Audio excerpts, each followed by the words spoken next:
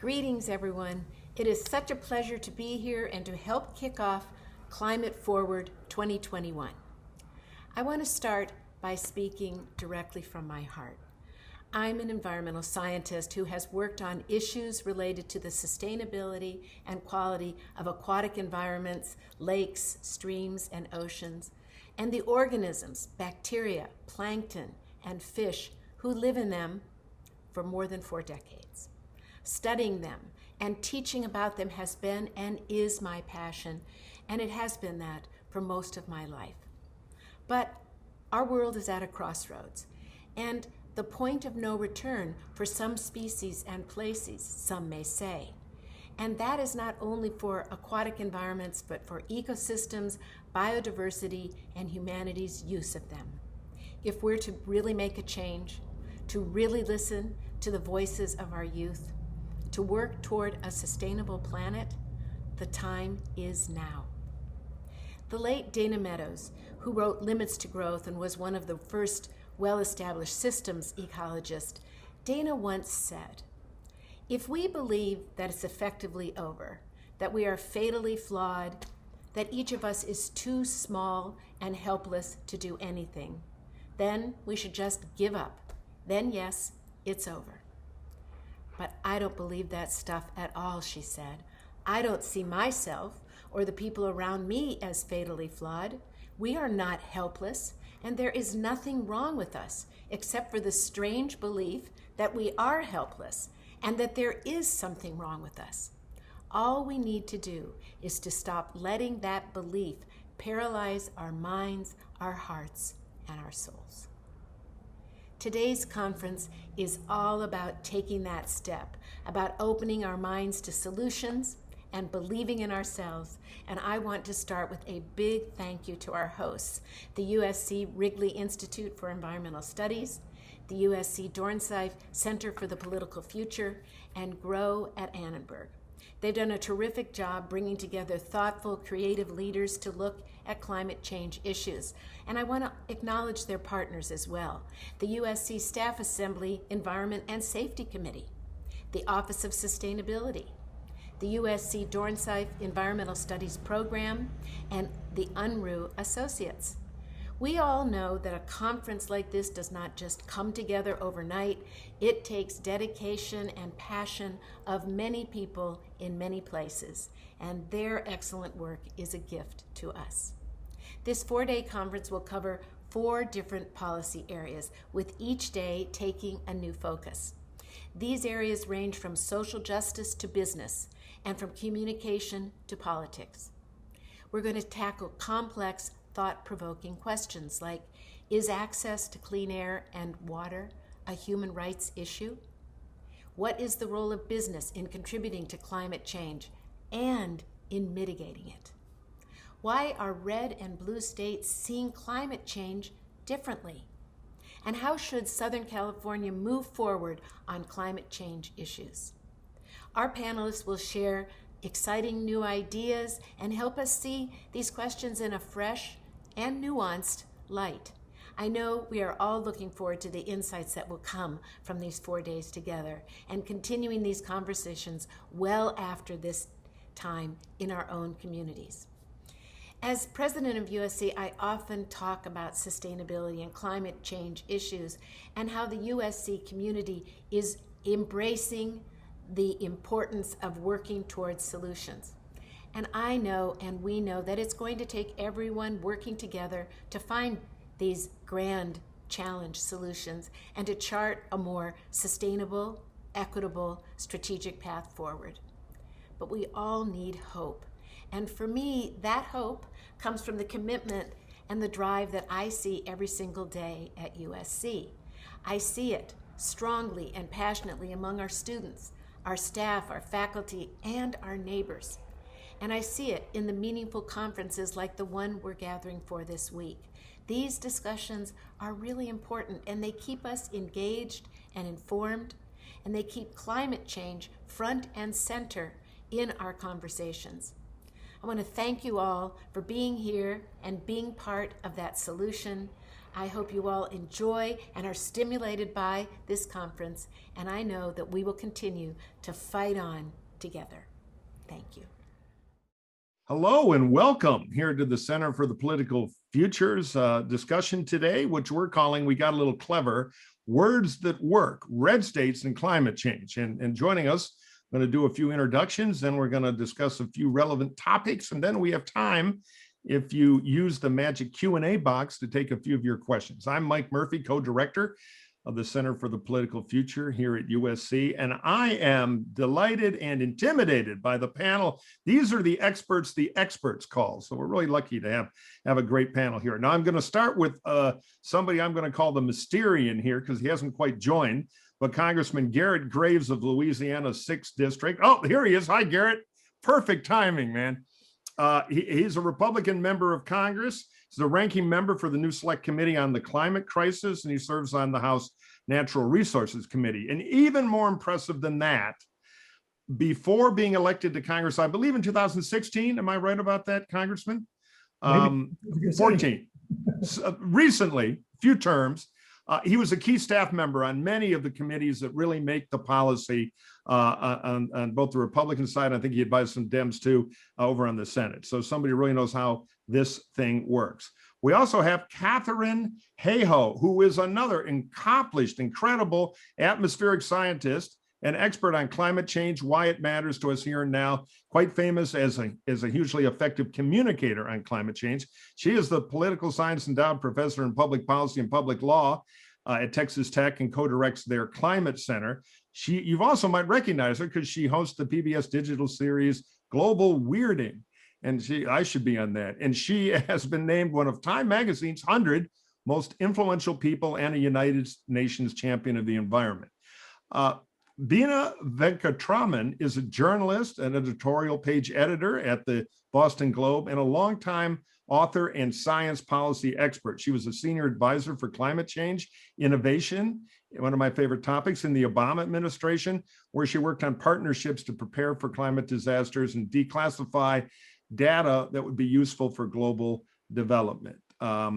She's a former director of the Global Policy Initiative at the Broad Institute of Harvard and MIT. Wendy Bruna de Bruin, I hope I didn't mangle your name. Wendy, it's good to see you, is with us here at USC. She is the provost professor in public policy, psychology, and behavioral science at USC.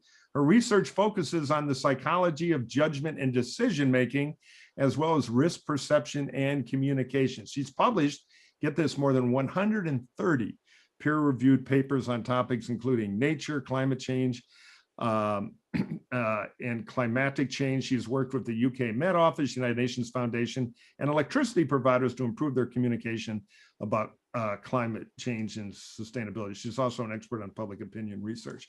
We've worked together on some things here at USC. So welcome, everyone. I'm just going to kick it off with some questions before we can address some of the questions our audience might have. And because this is the red state panel, I'm going to kind of get right to it. As we all know, we're in kind of a tribal politics now, and polling data, real life experience of any politician will tell you that in the Republican world, which, you know, is a lot, 74 million votes, I think, in the last election, there's great skepticism, towards the effects and causes of climate change, making it quite difficult to find a bipartisan solution to this growing problem as Washington is so dug in. So, you know, none of us want to live underwater. Most of us have some respect for science. Why is this so hard for the parties that come together on it? And I'm going to start with somebody of practical experience here, our friend Garrett. So, Congressman, why don't you start, and then anybody else can jump in after that. Mike, thank you. And I appreciate you moderating today. I want to clarify one thing. I know you said there were 75 million Republican votes. I'm confident I read somewhere it was closer to 400 million, but in any case, hey, seriously. So it's a great question. Why does this have to be such a contentious, such a divisive issue? And I think that the good news is actually that you're seeing a lot more consensus on this issue than you saw in the past. And let me clarify. Years ago, if you talked about climate change, you often would see conservatives go in one corner, liberals go in the other, and there was absolutely nothing for them to discuss. today by, I believe, taking this issue and breaking it into bite-sized pieces. Let's talk a little bit about resiliency and adaptation. Let's talk about conservation and efficiency. Look, people are at the table, and yes, liberals may be at the table for a different reason than conservatives, but they're all there, and that's all I care about. And so I would argue that we've actually made a lot of progress. We've got to stop talking about climate change and let's start talking about some of the specific issues that we can digest, that we can focus on. And I'd love to have the opportunity at some point to actually run through some of the successes that I think we've had through that strategy. Great. Okay, who wants to jump in? I could jump in here. Oh, Katherine, I'm happy to defer to you. Or okay, we can. I won't be too long-winded here. No, Bina, you go first, and then Katherine. That's great. I think what's interesting here is that there are examples of Republicans. You can have GOP attached to your name and attached to your your office and still be acting on climate change. I'm here in a blue state in Massachusetts, considered nationally bluest among the blue, but we have a Republican governor, Charlie Baker, and he just signed a historic piece of climate legislation that is going to further decarbonize the electricity sector, aggressively deal with climate impacts. Of course, it was proposed by our legislature, but really aligns with the Republican-led governor's plan on climate change. I also think, we have to kind of get away from presuming that bipartisan is equivalent to good. So while I think it would be ideal to pass mostly and almost entirely bipartisan legislation across the country, whether it's at the local or state level or the national level, there are ways in which legislation can be passed through the budget reconciliation process, getting a national clean energy standard with a simple majority in the Senate, simple majority in Congress, where we can be acting on what is a really urgent, really costly crisis, billion-dollar disasters year after year, increasingly a public health problem that is affecting communities across this country, taking a big economic toll, poses risk to the financial sector, poses risk to the corporate sector. With all of this happening, you have to ask yourself whether you want to solve the intractable problem of political polarization and the need for bipartisanship before you solve the climate crisis, or in tandem, right? These are problems we need to solve together. But I do believe that climate policy needs to be achieved where it can be achieved in a bipartisan way, but where it can't be, it probably needs to be achieved anyway. Mm-hmm. Katherine? I couldn't agree more with both comments. The real problem when it comes to climate change is not the sciencey sounding objections people throw up like smoke screens. It's the fact that they don't think it matters to them here and now where they live, and they don't think there's anything practical we can do to fix it. So it is past time to move past letting people argue over science we've known since the 1850s and really start talking about how is climate change increasing our risk today. If we live along the Gulf Coast, we're experiencing stronger, more intense hurricanes and sea level rise. Out west, wildfires burn in greater area. Up in the Midwest, record-breaking flood after flood. Along the East Coast, floods and heat waves. We're seeing all of these today, and there are solutions today. Even in Texas, the reddest of red states where I live, we got 22% of our energy from wind last year. So there are solutions, the risks are here now. And when we just bypass the issue of climate change, speaking of words, some of my most productive conversations have not even literally used the words climate and change. We've talked about resilience, we've talked about preparation, and we've talked about sensible, practical solutions that work for people on the ground. Okay, excellent. Can I follow Wendy? up on that? Yeah, sure, Yes. absolutely. So yeah, I want to echo that comment too.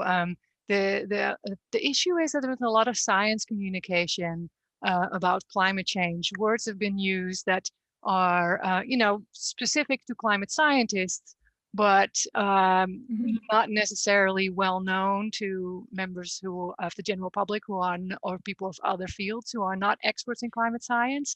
And even a word like climate change is not necessarily clear. People don't necessarily know what it means. It doesn't really resonate with people.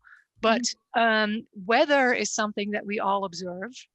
And both Republicans and Democrats are increasingly agreeing that the weather has been becoming more extreme, and it's something that everyone is worried about.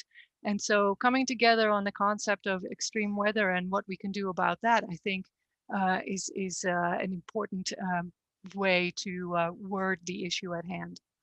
Yeah, I'm hearing a lot about sort of changing the framing of the battle from kind of tired political terms that people hear and they want to line up on one side or another. I'll just chip in, and if people disagree with me, please speak up, because I've been wrong before. But as a political practitioner, one thing, if I was thinking like a Democrat trying to move this and give cover to the Republicans in the party who are coming around, I think there's a need to learn how to kind of speak Republicanese, because under the climate change debate, there's a subtext argument which kind of can lock both sides down, which is generally the Dems want to use government to fix this, and Republicans are very suspicious of that ideologically. So the more that the free market incentives can work. I mean, if we ever get the Coca-Cola and PepsiCo to get out of the plastic bottle business, big step forward to go to totally recyclable molecule-based stuff like aluminum. But incentivizing the free market to move with all that leverage is something Republicans understand, rather than a Department of Climate Change. I mean, I've been looking at this Biden infrastructure plan. I'll throw something out folks can react to. And, you know, there's about 174 billion there to kind of electrify cars, which I'm for. But look at the Republican way to do that. And even though there aren't a lot of people who are going to jump at this, but Europe's selling almost 30% with partial or full electric drivetrains now. We're at 3%. That's with a $7,500 check from Uncle Sam. The Biden plan would like to do more of that. I'm saying, the marketplace is not telling me, although I know there's a cap on Tesla and GM now based on they've sold a lot. The real difference between us and Europe is the cost of gasoline. You know, it's almost $8 there. That seems to be an incentive market way to move people toward electric cars. Is there common ground to do more free market incentive stuff, or which is more Republican comfortable, but not always Democratic comfortable? So I just want to throw that into the mix as one way of changing the debate, because to me it always gets framed on the Republican side as a big government mandate. We're against that regardless of the topic, so you don't even get to the climate argument. I would just jump in here to say that I think that they're not mutually exclusive, and that sometimes there are areas that are very gray when it comes to policy, particularly policy that supports innovation. So if you look back at George W. Bush's efforts to increase light bulb efficiency standards, so make those standards more rigorous, really raise the bar. That was a signal to the industry, to General Electric and the other companies that make light bulbs, that really led to innovation, right? In a very kind of rapid time frame, that really regulation, right? Setting a policy saying your light bulbs need to be this efficient within a certain number of years, led the private sector to respond to that and be able to come up with profitable, great products that actually met that need. And I think you saw something similar happen around fuel emission standards in this country, which have been made more rigorous, first in California, of course, and then following at the national level. But one of the challenges there, right, is that if you don't have enough industry momentum, right, there are a couple different ways you can do that. And there are mechanisms, obviously, price on carbon, market incentives, tax credits you can give, which have been given to the solar and wind industry. But if you're looking at those in isolation, you're talking about a great amount of spending that you have to do at the federal level to motivate the market to move away from fossil fuels. I think it's changing. I think with solar and wind and the prices falling, that's rapidly becoming a smaller cost from the point of view of creating incentives. But I do think there's a lot of ways in which industry really appreciates standard setting. And if you are a free market Republican, you can still get support from industry leaders, from corporations, from private sector innovators, from entrepreneurs and investors who want to get into this space, whether we're talking about efficiency or clean energy or resilience technologies, which are increasingly coming to the fore, where they actually want some guidance. They want those policies in place that they know what they need to adapt to and how they need to innovate. Congressman Graves, what do you see in kind of the crystal ball that's practically achievable in the short term, as somebody on the leading edge of this on the Republican side? Well, so I'd actually like to maybe present a different perspective on both going unilateral or partisan, and on the last comment about the role of government versus the role of just innovators. Let's not go out and project or look in crystal balls and guess what's going to happen or predict what's going to happen. Let's look at what has happened. And I think that's the best evidence we can use on charting the path forward. So was it government mandates or was it innovators that caused us to take the Obama era Clean Power Plan target of reducing emissions by 32% and hitting it not in 2030 when President Obama had set the target, but in 2019, 11 years earlier? It was actually innovators. President Trump withdrew the requirements. So let me say it again. We hit an Obama era target of emissions reduction 11 years early during President Trump without mandates, without regulations. Which country in the world's reduced emissions more than the next 12 emissions reducing countries combined? That would be the United States over about the last 17 years, crossing over the Obama, the Trump, and now the Biden administrations. Consistent reductions in emissions. Have we done that with mandates, with the government coming in, picking technological winners and losers? No, we've done it by letting innovators innovate. What has been the largest cause of that reduction in greenhouse gases? According to the IEA, it has been the United States transition to natural gas. What's going to happen with gas markets moving forward? We're going to see a 40% increase in demand for natural gas by 2040, especially from developing countries. Do you want that coming from Russia, or do you want it coming from the United States? It has a 42 to 47% lower emissions profile. Look, the evidence is crystal clear. If we're going to move forward in a way that actually makes sense, we've got to do it based on evidence and with more science. When government comes in and tries to choose technological winners and losers, look, if I'm going to battle, I want the American Department of Defense, our military men and women with me. If I want somebody to pick the technological solution, I don't want government anywhere near me. I want the innovators to make those decisions. Can government incentivize? Yes, we did that under a Republican tax bill in December of 2017 with the 45Q incentive for sequestration. We're making a huge mistake by moving in a direction that is partisan, because it means that you're forcing winners and losers. And we're making a big mistake if we move in a direction where government is forcing mandates and choosing technology, because looking back at history, that is not how we've led the world. Last thing I'll say, Mike, what we've also got to look at is that we sit here and impose all these costs and solutions upon people in search of problems all day long. If we do not address this globally, we're not getting anywhere in regard to weather patterns and other challenges that folks have addressed. For every ton of reductions the United States has achieved, China's increased by 4 tons. 4 tons. 50% reduction in ozone pollutants in the United States, yet we've seen an increase in smog, ground level ozone. 65% of that is attributable to what's coming over from Asia. This is a global problem. Paris Accords result in increased emissions. Flawed strategies result in losing American jobs, driving up energy costs, causing an increased trade deficit. It's not in U.S. interest. I would Now, like anybody want to address that? Let me just give our others a shot, Dina, then I'll take it around to you. Sure, I was just going to clarify one.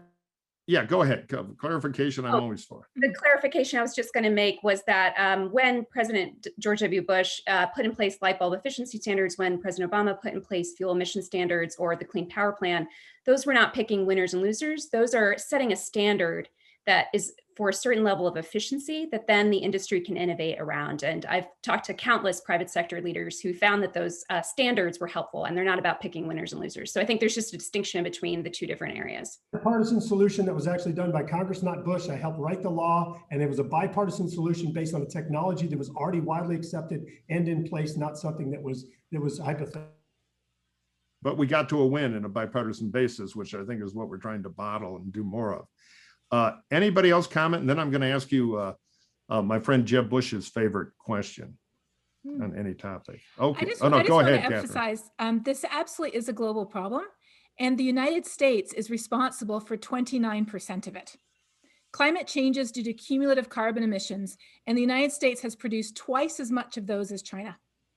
So the United States has a responsibility to lead rather than dragging its feet. And when it comes to the Paris Agreement, every country has been in except the US until just recently. So it's time to come together, and each country can bring something different. There is no mandate as to what each country can do, but pointing our fingers at others instead of taking the lead ourselves is not the way to inspire change. But should we, let me ask another question, I'll wind around.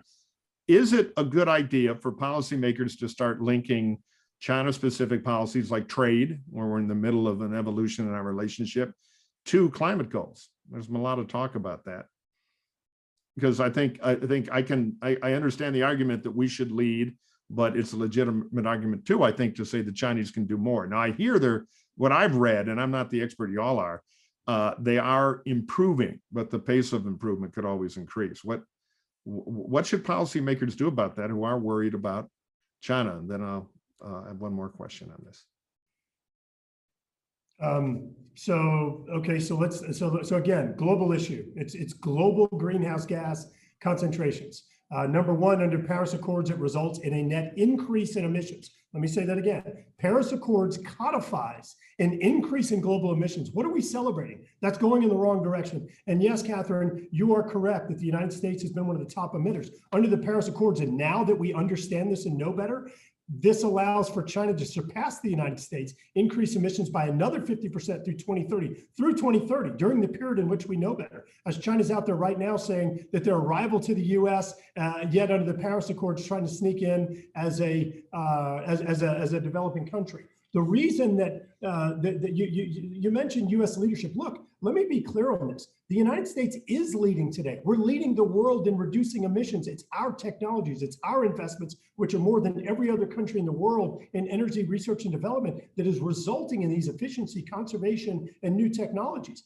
Right in Houston, Texas, we have a facility called Net Power that's generating natural gas-fired electricity, net zero emissions, and at market prices. These are solutions that are based on US resources. We've got to approach this collectively. And last thing I'll say on this is that we all have to keep in mind that, yes, the United States has emitted more historically, but the United States has given more to this world than any other country in the globe. So it's not like this was just something that was done for fun. The United States' economic output, our innovation has absolutely increased development and raised the standards of citizens around the globe. But we've also kind of earned the right to set as the highest superpower, at least for now, to set the world agenda. So we do have a certain burden. I can argue we have carried it in the past, but we're talking on this panel about forward solutions for climate change and how to convince rank and file red voters with their political power, which is immense, to warm to the issue. Because I talked to my Republican primary voter friends, a third are younger and want to do things and get it. And 2/3 say, Hannity just straightened me out. It's all a big liberal plot to make me eat kale and drive a solar-powered golf buggy. So what's the communication? How do you move the needle rather than hitting them over the head with hubris, which is kind of the emotional response some people have to that? Because, if you don't change the political incentives where Republican politicians can get votes and survive Republican primaries with a pro-climate agenda within reason, you're going to be in gridlock while that climate clock keeps ticking. So I'm going to throw it to Wendy, the quick fastball question here. What are the best communication tactics and things that resonate the most to turn skeptics into more open-minded people on this policy, other than you're an idiot and you're wrong and you shouldn't have voted for Trump? Because that message isn't going to do it.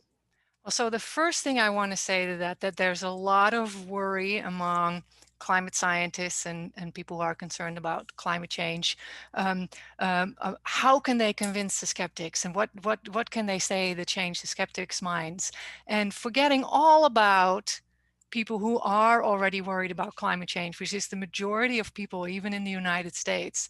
And by missing the majority of the audience who are concerned about climate change, what's happening is that there are a lot of people who are concerned about climate change and who want to do something about it, who don't actually know necessarily what the best thing is to do about it. So families are fighting about who left the lights on.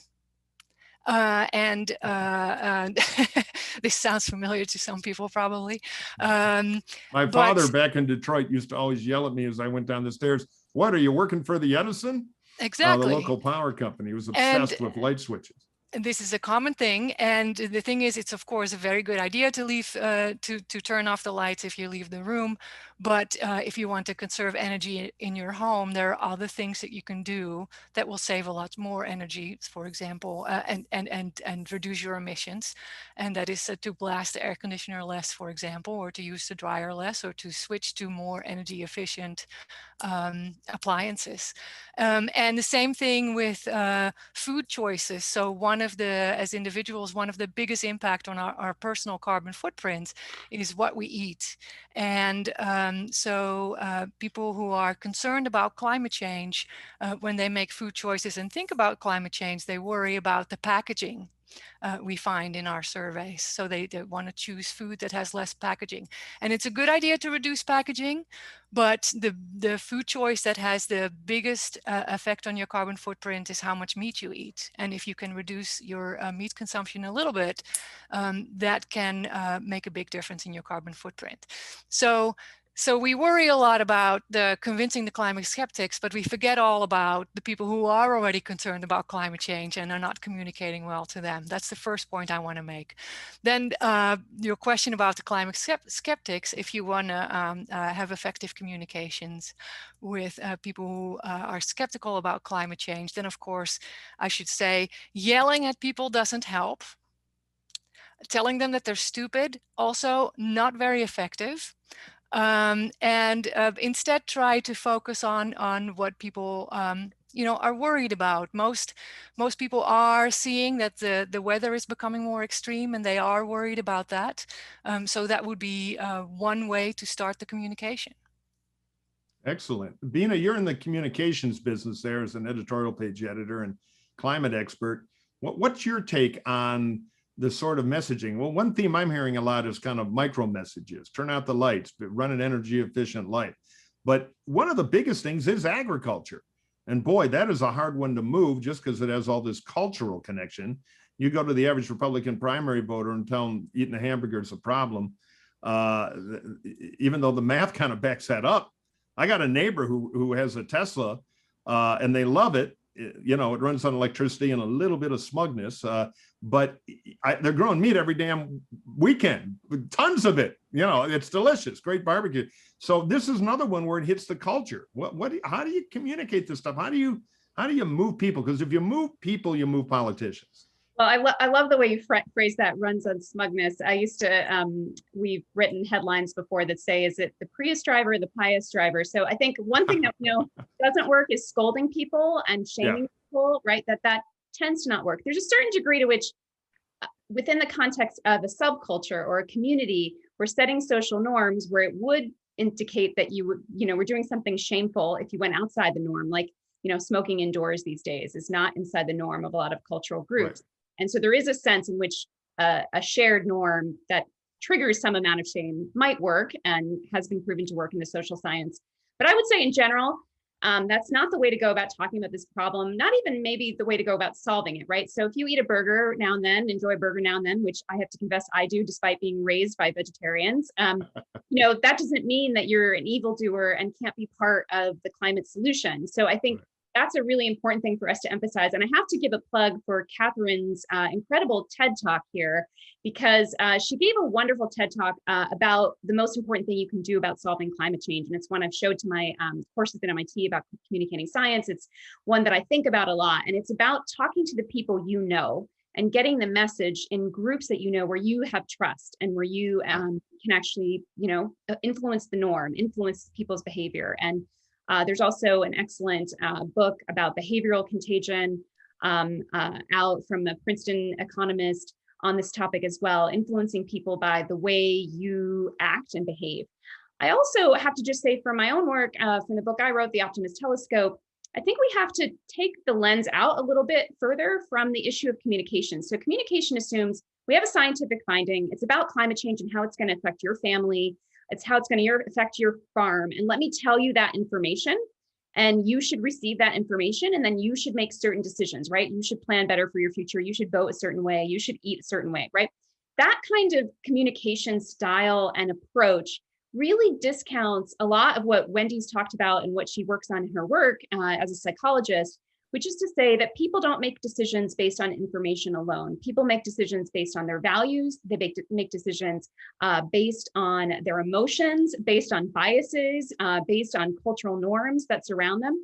And so what I like to say is that foresight and forecasts are not the same thing. So giving people just a simple forecast about what's going to happen and expecting that communication to resonate with them is not the same as speaking to them about the things that they care about most. What do they value most? And making it imaginable and salient to them. So a big gap that people have in being able to contemplate something like sea level rise or, catastrophic droughts is if they haven't experienced that yet, it becomes very difficult to imagine their farm actually being affected in this way. Once they've experienced one of those impacts, it changes completely. People go out and buy more insurance. They start to think differently about these problems. Do they connect it with the climate crisis is a different question.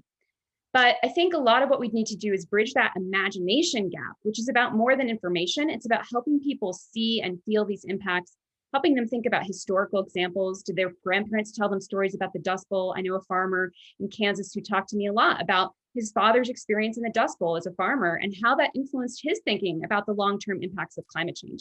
I think that's a lot of what we need to do. Who are the best messengers that maybe people can imitate? In advertising psychology, there's been a lot of work done about how the great turning point, you kind of referenced it on smoking. Mid to late 80s, smoking became uncool. That had a massive market effect.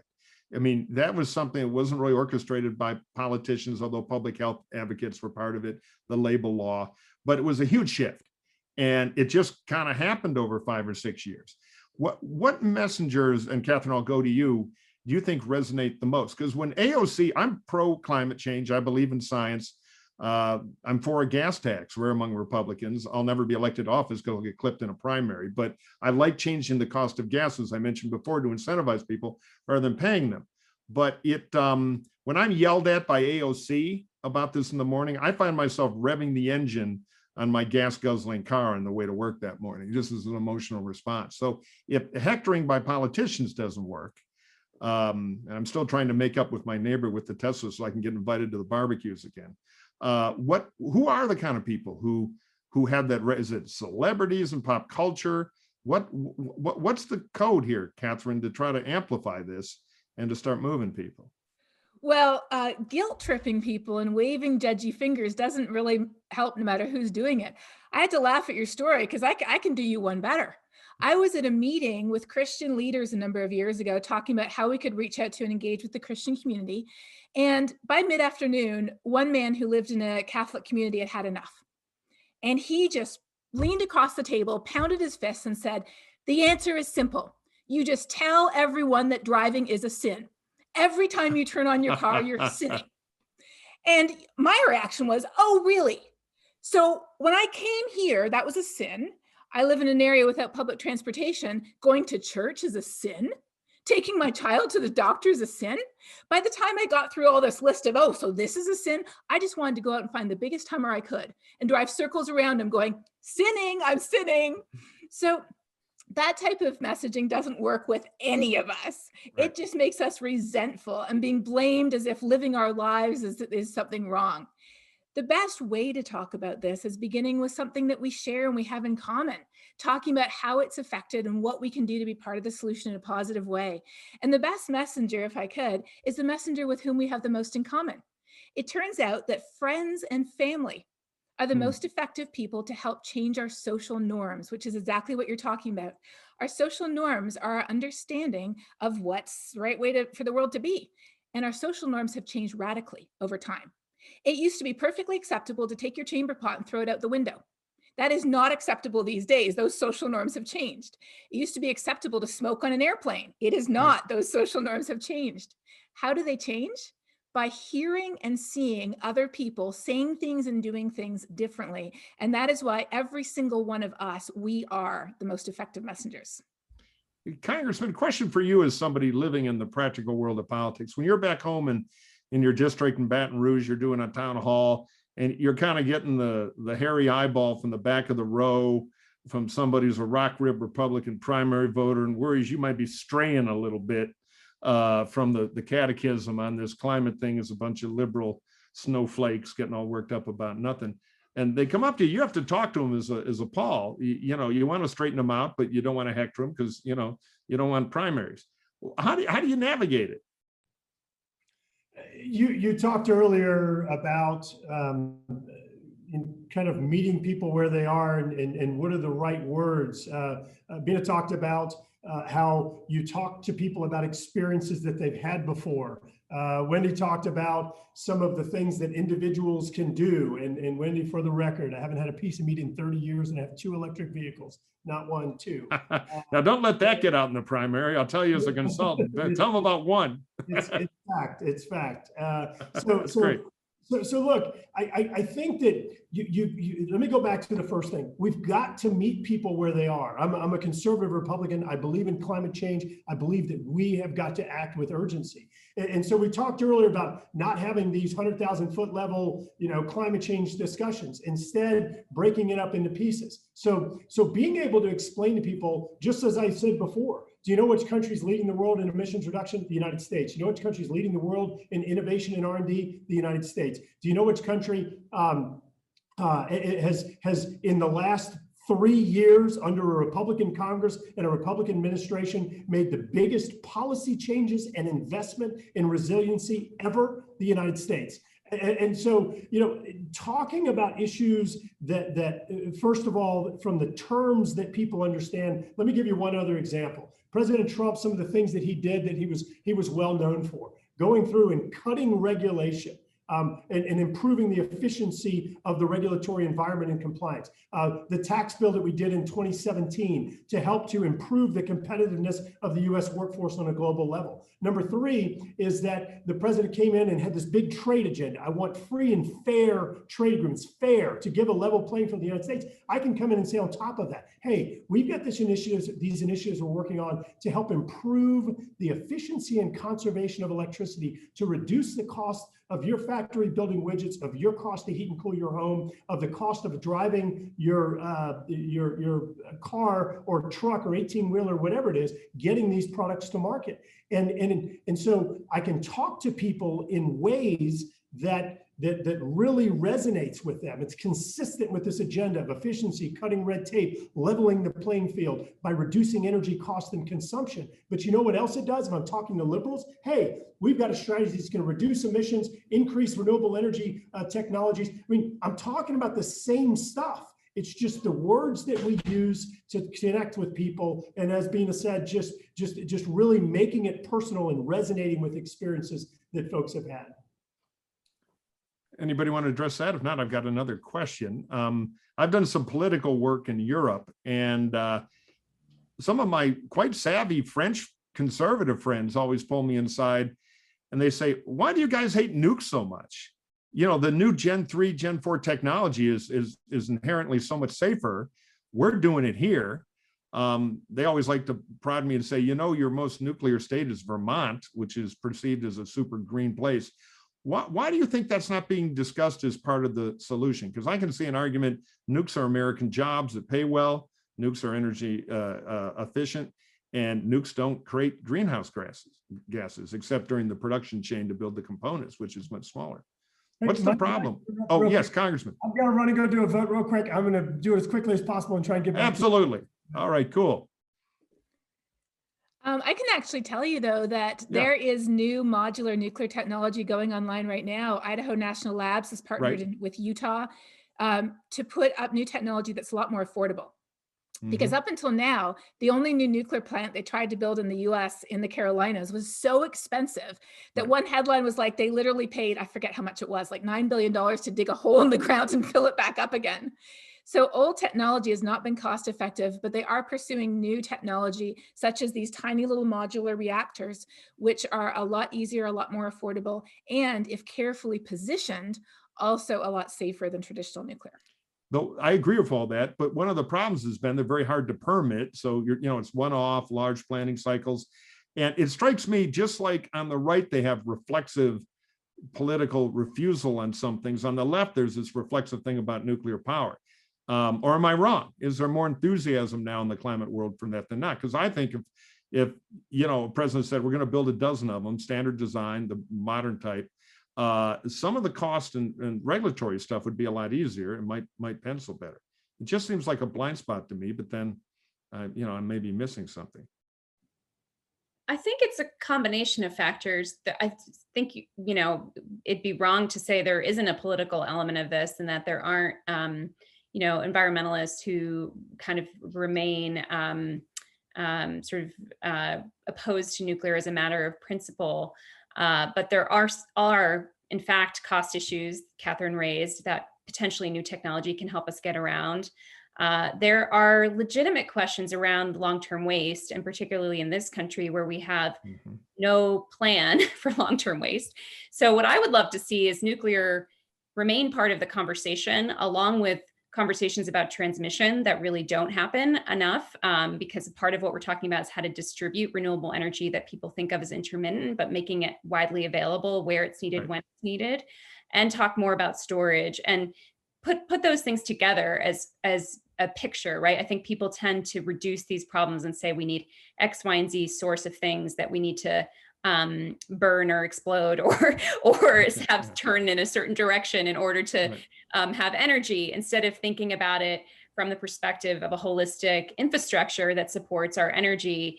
And I also think what's interesting is to see hydrogen coming back into the conversation as another potential base fuel. So a quick question, unless Wendy, if you have something, speak up, and then I'll do I just wanted to say that accidents like Chernobyl, well, that's a while ago, but Fukushima, have not done much for the public image of nuclear power. So people are concerned about safety, and perhaps rightfully so. Yeah, no, people always protect the downside. That's why negative political TV ads work so well. Quick question. If you were our friend, the congressman, and you were running off to vote right now, if you were in the thick of it, what would be the one thing you spent 70, 80% of your time on in the climate agenda in the short term in Congress? What one piece of policy, if you had to rank everything to try to make a difference there in that world, what would you spend your time in? I'll start with you, Katherine. Because that's what congressmen have to do, or congresswomen. They have to pick one nail to drive.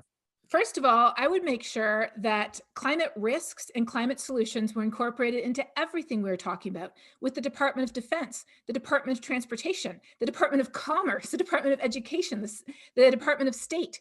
Climate change is not a niche EPA issue. It is an everything issue. So the first thing I would make sure is that it covered the whole gamut. A friend of mine says the best way to move business is to terrorize their insurers.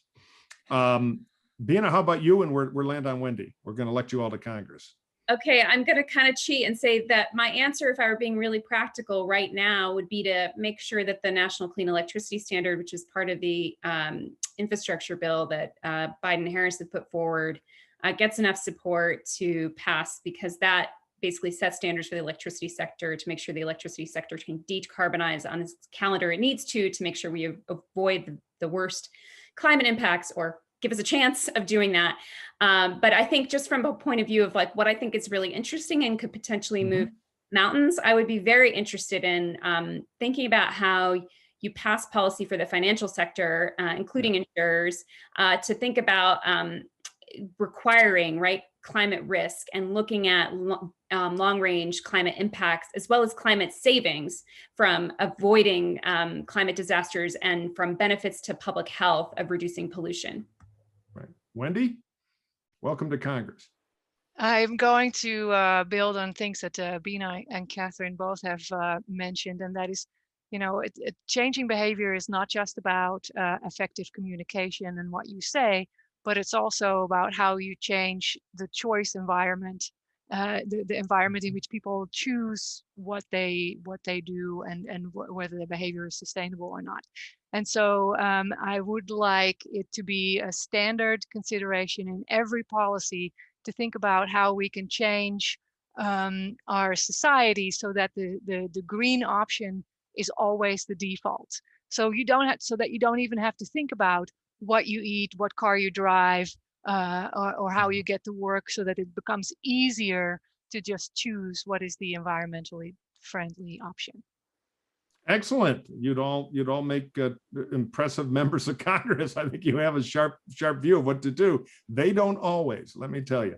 All right, now let's go to questions. You can again use the the magic, what is it called? The Q&A box. I always want to say the chat room. But before we take the first question, anything else any of you want to bring up here? Or a quick round robin, something we missed, something that's important that ought to be heard. I would love yeah. to just share this. So, you know, tomorrow's Earth Day, right?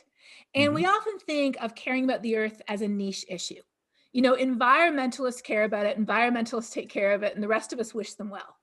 But the reality is we humans and our economy and everything that we love that makes our lives comfortable and valuable and useful, we cannot float around in outer space without the air that this planet provides for us to breathe, without the water we drink, the food we eat, the resources that we use to make every single thing that we have. So to care about these issues, we don't have to be left or right or bipartisan. We don't have to be male or female or live in a certain part of the country, rich or poor.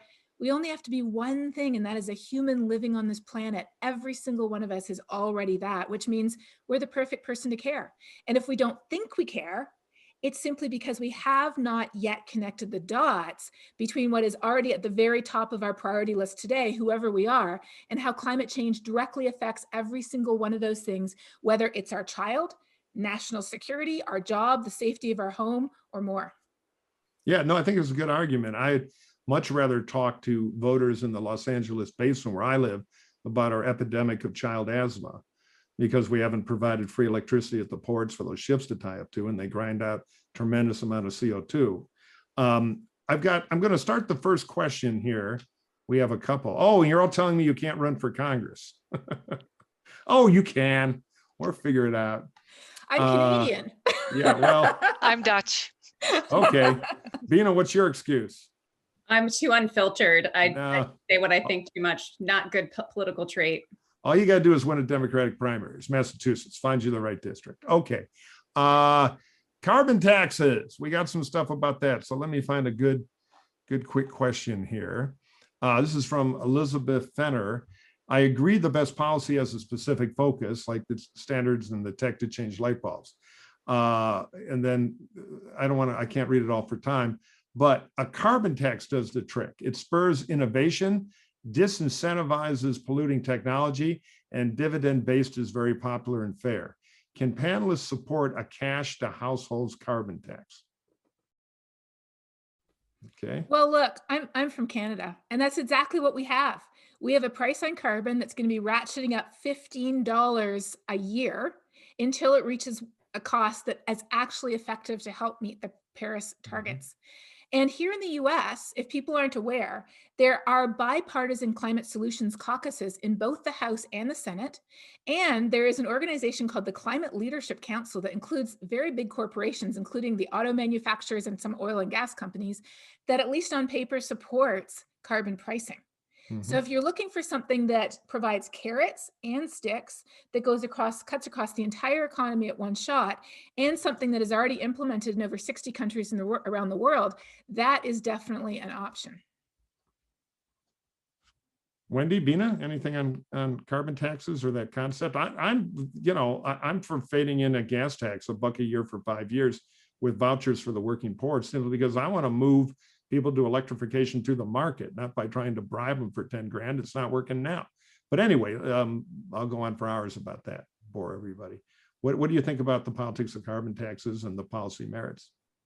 I've always thought that the carbon tax and dividend should be a no-brainer for the US. I mean, I'm surprised it's taken this long for there to be folks like the Climate Leadership Council coming together, recommending from different parties. It's not sitting politicians who are part of that. It's been former secretaries of state and so on that have gotten behind that from both parties.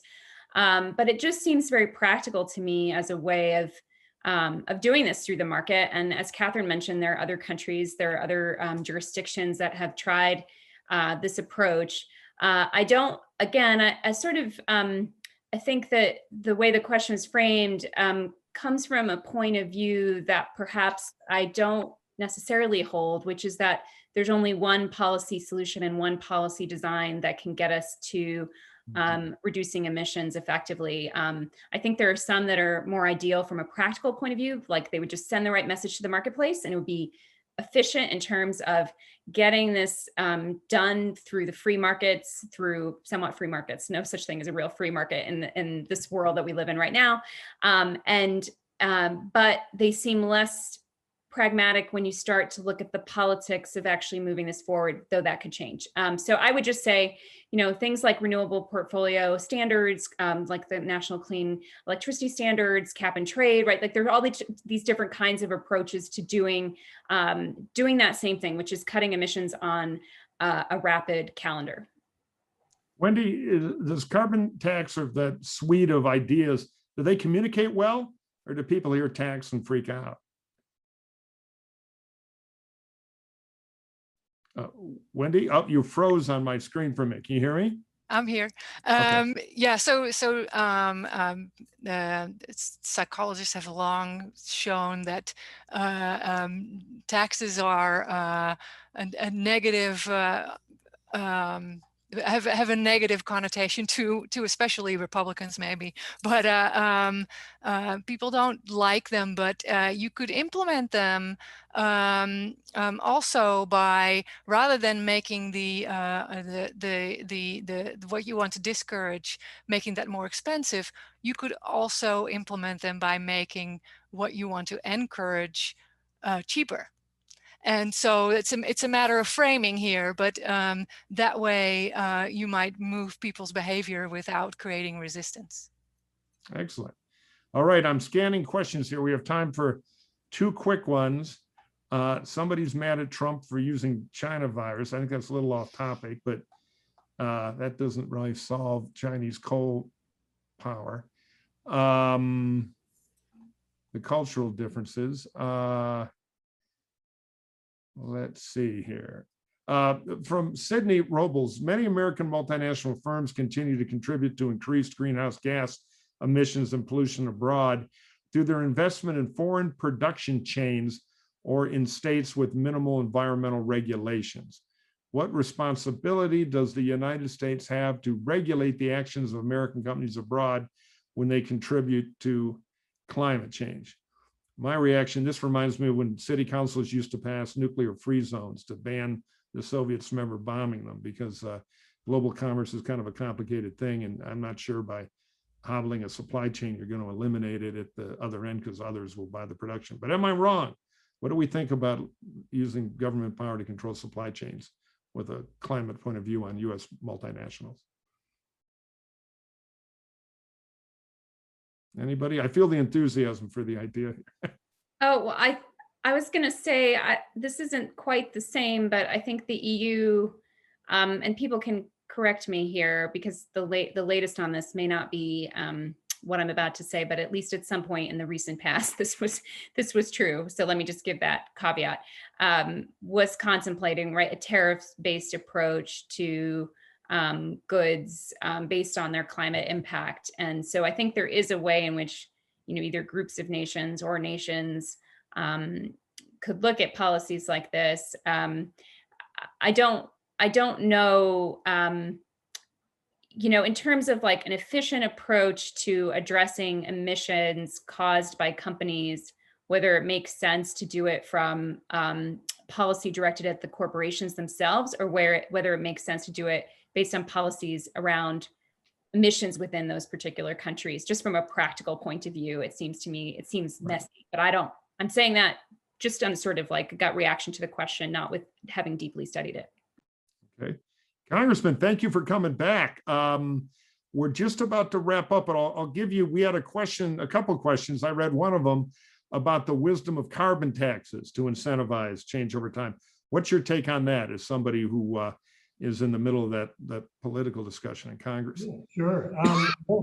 So we've got to continue to keep in mind that this is a global issue. By coming in and raising costs in the United States, all it does is it pushes manufacturing, it pushes economic activity overseas to economies that have less efficiency or greater emissions. It's called offshoring or leaking. You would see the offshoring of jobs or the leaking of emissions in other countries, which is why I do want to commend Secretary Kerry for the multilateral collaboration. That's one thing about the Paris Agreement that I totally agree with. We've got to have these multilateral or these global forums where we're actually discussing this, because it truly is a global issue. I'm just disappointed that the agreement results again in an increase in emissions. So I don't think that a carbon tax is the right approach, especially not right now. But I do think that because of the offshoring of jobs and the ultimate increase in global emissions that would result,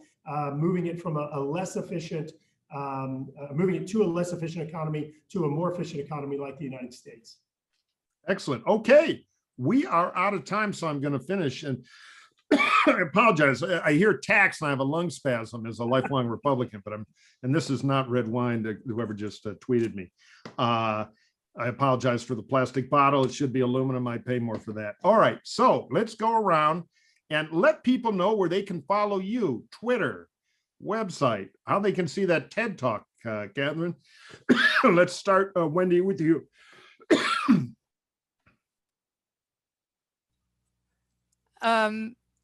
Sorry, what's the question? Where can people follow you and keep up with your work and research? My website at USC. Excellent. Katherine, where can we see that TED Talk or anything else? Well, start on my website, which is just my name, katherinehayhoe.com. And you can also find me on Facebook, Twitter, LinkedIn, Instagram, and my TED Talk you can just find by Googling. Excellent. Congressman, where can people keep up with what you're doing? It's garrettgraves.house.gov. That's Garrett with one T. garrettgraves.house.gov has links to all of our social media platforms there as well. And Bina? You can find me in the Boston Globe's opinion pages online, and I'm also on Twitter at BinaJV, and my website is writerbina.com.